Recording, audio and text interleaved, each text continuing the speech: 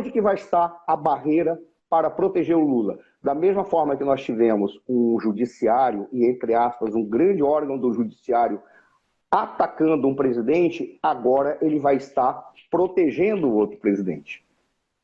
Ainda mais que eles descobriram que eles podem, eu não diria desrespeitar a Constituição, mas fazer interpretações poéticas da Constituição. Interpretações poéticas. Interpretações poéticas, ele vai lá, fala. É isso, eles viraram poetas, eles não viraram juristas. Né? São poetas, tem que fazer interpretações poéticas da Constituição brasileira. Então eles podem fazer o que quiser. Aí é que está o ponto. Agora, por que eu disse que essa é a jogada que pode permitir que o Bolsonaro alavanque? Porque o quadro posto aí vai lidar com a realidade da política no Brasil e do político em si. Ora, a primeira preocupação de um político que entra e consegue alcançar um cargo nesse sistema, que é o pior sistema político que poderia ter sido imaginado na Constituição de 88, foi isso que foi criado aí, que é o tal de presidencialismo de coalizão. A primeira preocupação deles é como eu vou sobreviver a isto aqui. Eles não estão preocupados com projetos de lei. Eu estou falando principalmente daqueles que são mais fisiológicos. Então vai ser muito fácil agora o Bolsonaro fazer reuniões, fazer negociações e falar para toda essa galera dizendo assim, se eu for eleito, nós vamos conseguir fazer reformas e vocês terão os seus quinhões adequados dentro da lei. É mais fácil. Por quê? Porque o Lula, nesse momento, ele vai ter que negociar com o Deep State. Ele vai ter que negociar, não é com aqueles indivíduos que querem as transformações da realidade. Ele vai ter que negociar com aqueles, olha que coisa curiosa, os conservadores do mal, que querem conservar a estrutura. É com esse que ele vai negociar. E isso vai ficar transparente se, para cada ação, o Bolsonaro estrategicamente colocar luz. Aí explica a tropa de juristas. Na hora que ele colocar a luz, muito provavelmente, alguns veículos vão tentar deformar aquilo que está ocorrendo. Não vão colocar os fatos integralmente. Aí, com uma tropa de juristas... Vai começar tudo de novo. As pesquisas... Começa tudo de novo. Exato. Aí é por isso que ele precisa. Que o Bolsonaro tem estratégia, é estrategista suficiente para dar a volta nisso? Eu vou te dizer o seguinte, o Bolsonaro ele já foi menos estratégico. Hoje já dá para ver até a maneira como ele se expressa. Nesse momento ele fez um discurso tranquilo, ele não fez um discurso de arroubos. Ele já se posicionou dizendo, agora vamos pensar quais são os pontos fracos, porque são só 5 milhões de votos. Esses 5 milhões de votos podem ser garantidos pelo quê? Tentar convencer 6 milhões de pessoas das 30 que devem votar, porque parte desses não votaram não é porque são descrentes do sistema, é porque encheram a paciência nas filas. Ah, não, mas o nosso processo transcorreu de uma maneira muito tranquila, conversa fiada. Foi de propósito essa história da biometria? Leda, eu vou te falar... Por exemplo, onde eu fui votar, a menina foi muito paciente comigo. A mesária era uma moça muito jovem, cheia de piercing e tal. Eu não tenho digital.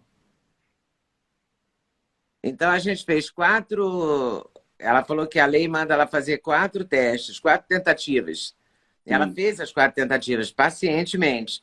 Eu expliquei para ela desde o início. Eu não tenho digital, o Itaú já sabe disso, por exemplo. Então, meu saque no caixa eletrônico é muito limitado. Porque não é por digital, é por senha e eles limitam o valor. Eu não tenho como ter digital, né? Não posso recuperar.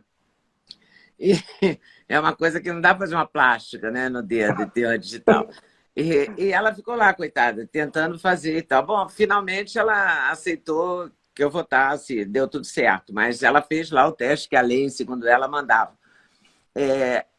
E tinha uma fila de, sei lá, 2 quilômetros para entrar no colégio que eu votar. Eu não sei se eu teria paciência, se as pessoas têm paciência para ficar na fila tantas horas. Muita gente foi embora. Eu vi pessoas desistindo na minha frente. Desistiram, simplesmente informaram, eu não vou ficar aqui. Isso é um abuso, isso é um absurdo, e ficam indignadas. Sim, mas o TSE não existe para organizar a eleição. A função do TSE só existe para isso, não tem outra missão. É só essa. Eles trabalham a cada 2 anos exatamente para que isso funcione pra isso. adequadamente. É só para isso. Eles não servem para mais nada. Eles não Desculpa, conseguem fazer uma coisa direita, não é não tem estranho, né? como. Olha que coisa curiosa. Você falou a questão da digital. Aí, quando eu baixei o meu título, está escrito lá. Problemas na indicação, estava incompleta a identificação, o registro biométrico, né? Eu acho que é O isso. meu não, Aí o meu estava está lá, ou dizendo que seja, o meu registro biométrico está ótimo. não, aí, mas olha que coisa curiosa, estava lá. Aí tem um detalhe, eu nunca fiz a marcação da biometria. Eu também Eu nunca nunca fiz. fiz. Mas eles disseram que pegaram dos Detrans. Olha, que coisa assustadora. Como é que eles pegam uma biometria de um Detran e jogam para o processo eleitoral?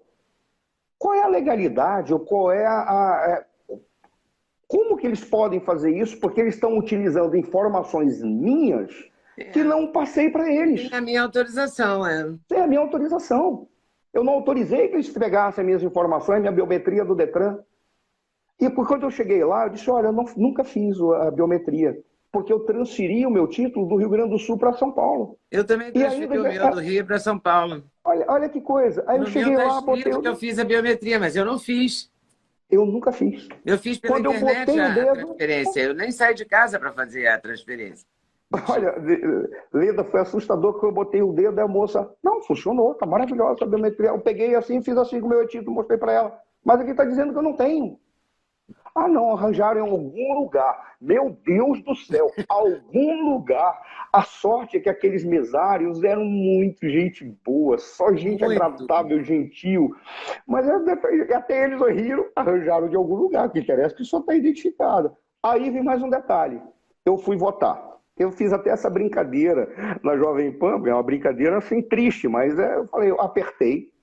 Não preciso dizer em quem eu votei, eu acho que é desnecessário e não convém, mas eu E deu votei lá. certo? Eu tive que apertar o confirma 3, 4 vezes. Ah, é? Quando eu apertava e batia o confirma, nada. Aí eu batia de novo. Foi a brincadeira que eu fiz. Quando chegou, por exemplo, na questão da presidência da República, eu tive que bater 4 vezes o confirma. Aí foi a brincadeira que eu fiz. Eu disse, parece que a urna olhou para mim. Tem certeza que é nele? Aí eu, sim, apertei de novo. Ela, veja bem, hein? Eu acho que o senhor está enganado. Eu disse, não, é este mesmo, apertei de novo. Ela disse, não faça isso. Confirme novamente, porque eu acho que o senhor está enganado. Eu disse, não, é esse mesmo, apertei 4 vezes para dar o Que confirma na loucura. presidência da República. Eu não Nossa, estou dizendo que tem manipulação. Eu não posso afirmar isso e nem teria prova, porque não interessa aquilo que você sabe, aquilo que você pode provar. Mas é angustiante e é muito estranho. É muito estranho que isso ocorra. E aí vem dizer que nós transcorremos nosso processo eleitoral com a maior tranquilidade. Não foi tranquilo, porque está tudo errado, foi tudo mal feito. Tem um outro dado. Na sessão em que eu fui votar, por exemplo, lotou. Aí qual foi a explicação que o mesário deu? Ele falou assim, não o mesário, a pessoa que estava lá organizando, ele falou, não é que havia uma escola que fechou a sessão lá e foi jogada para cá e sobrecarregou. Aí eu disse, espera aí, jogaram para cá? Eu me lembrei. Não quero fazer propaganda de livro meu, não. Eu escrevi um livro que o título dele é Como Destruir um País, uma aventura socialista na Venezuela. O Mourão foi o prefaciador, a Belândria, que é a embaixadora, fez a contracapa, o Marcel Van Hatten fez a orelha. O que tem nesse livro? Tem uma parte ali em que eu explico uma das jogadas que o Hugo Chávez fez. Ele fez um mapeamento do comportamento eleitoral, e na Venezuela são 5 poderes, é o poder executivo, o legislativo, o judiciário, o poder cidadão e o poder eleitoral, que são 5 membros indicados pelo executivo e aprovados no Congresso, que o Congresso, a Assembleia Bolivariana, era tomada pelos chavistas. Perfeito, aprovou aquelas pessoas que estavam lá. O que foi que eles fizeram? O CNE fez o mapeamento, fundiu zonas e sessões eleitorais de acordo com o interesse e tendências de voto, porque era uma população que estava ou não já identificada com o presidente Chávez. Aquelas sessões em que você tinha maioria para a oposição foi fragmentada, porque também havia zonas eleitorais e regiões da Venezuela que tinham um sistema de que quem ganha leva tudo, e não proporcional. Tudo foi feito uma reengenharia para garantir o sucesso ou não, e dentro da estratégia deles estava também colocar muita gente em determinadas sessões em que era proporcional, o número de votos ia ser proporcional e os escolhidos também proporcionalmente aos votos que estavam lá. Para quê? Para que acontecessem desistências.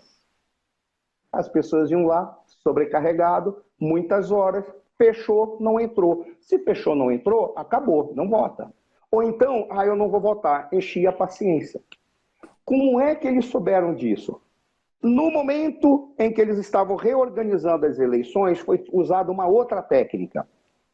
Eles têm, agora eu me esqueço os termos, porque faz quase 2 anos que eu não leio nem estudo. Eles declararam todos os partidos como ilegítimos e teriam que se reconstruir, recadastrar no sistema eleitoral deles pelo Conselho Nacional Eleitoral. Por qual razão? Porque eles chegaram à conclusão que o número de representantes eleitos ou o número de militantes afiliados não correspondia à proporção do eleitorado ou de representantes de forma tal que deveria ser revisto para saber se havia correspondência real ou não. Então, eles simplesmente descredenciaram todos os partidos. O primeiro partido a ser credenciado, e quase não foi o PSUV. Não, esse corresponde. Os demais foi atrasado. Onde que está a jogada? Eles colocaram postos para recredenciamento partidário e para militância e fazer a sua filiação. Na frente, do outro lado da rua, ou próximo, eles criaram uns postos, que eram os postos em que fazia a revalidação de uma coisa que eles chamavam de carnê da pátria. O que era o carnê da pátria? Era a carteira por onde os pobres recebiam o Bolsa Família deles. Aí o pessoal do carnê da pátria ficava olhando para as pessoas que iam nos postos de recadastramento dos filiados dos partidos. Gostou do corte que você acabou de ver? Vale a pena conferir com certeza, né? Então vai conferir muitos outros cortes no canal de cortes Leda Nagli. É claro que a entrevista completa você vai conferir no YouTube Leda Nagli, canal Leda Nagli do YouTube, você não pode perder de jeito nenhum. Valeu, tô te esperando, hein? Vem nessa!